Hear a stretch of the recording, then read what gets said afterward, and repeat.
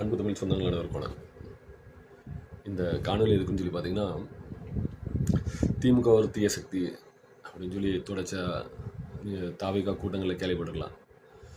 இல்லை தமிழர்களை அழிக்க வந்த ஒரு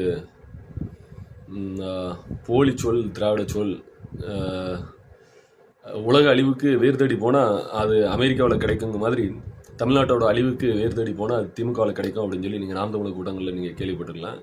இல்லை பொதுவாகவே தமிழ் தேசிய இயக்கங்கள் மற்ற பொதுவான எல்லா இடத்துலையும் நீங்கள் இந்த மாதிரி வார்த்தைகளை கேள்விப்பட்டிருக்கலாம். ஆனால் இதுக்கெல்லாம் எதன் அடிப்படையில் இப்படி எல்லாருமே அப்படி சொல்கிறாங்க, எதுக்காண்டி இப்படி குற்றம் சாட்டுறாங்க அப்படின்னு சொல்லி நீங்கள் உண்மையிலே நீங்கள் ஆராய்ச்சி பார்த்தீங்கன்னா தெரியும்.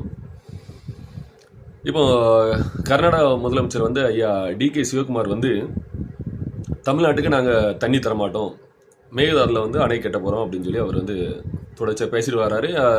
அதுக்கான தீவிர முயற்சிகளும் அவர் எடுத்துகிட்டு இருக்காரு. ஆனால் இப்போ அதை கண்டித்து திமுக போன வாரம் ஒரு தஞ்சாவூரில் ஒரு கூட்டம் போட்டாங்க.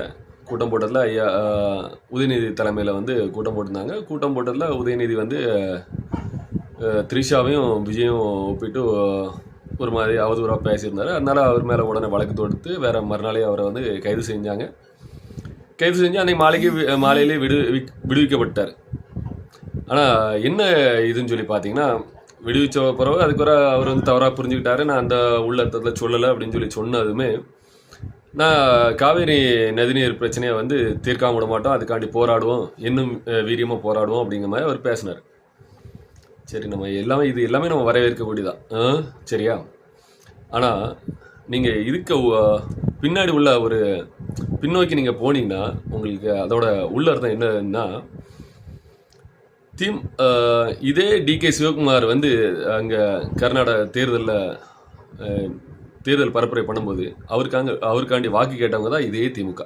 ஐயா ஸ்டாலின், நம்ம திருமாவளவன், இவங்களாமே அவருக்காண்டி வாக்கு கேட்டாங்க. ஆனால் அவர் அப்போ தேர்தல் நிற்கும் போதும் அவர் சொன்ன வாக்குறுதி என்னன்னா, மேகதாரில் நான் அணை கட்ட போகிறோம், தமிழ்நாடுக்கு தண்ணி தரமாட்டோம்னு சொல்லி எப்போ இந்த கடந்த தேர்தல் அவர் இதே வாக்குறுதியை சொல்லி தான் அவர் தேர்தலில் நின்னார். ஆனால் அதுக்கு தான் வாக்கு கேட்டாங்க. யார்?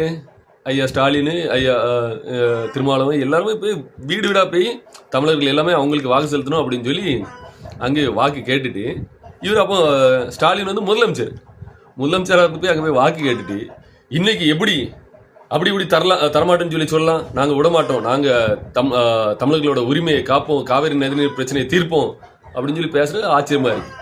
நன்றி, வணக்கம்.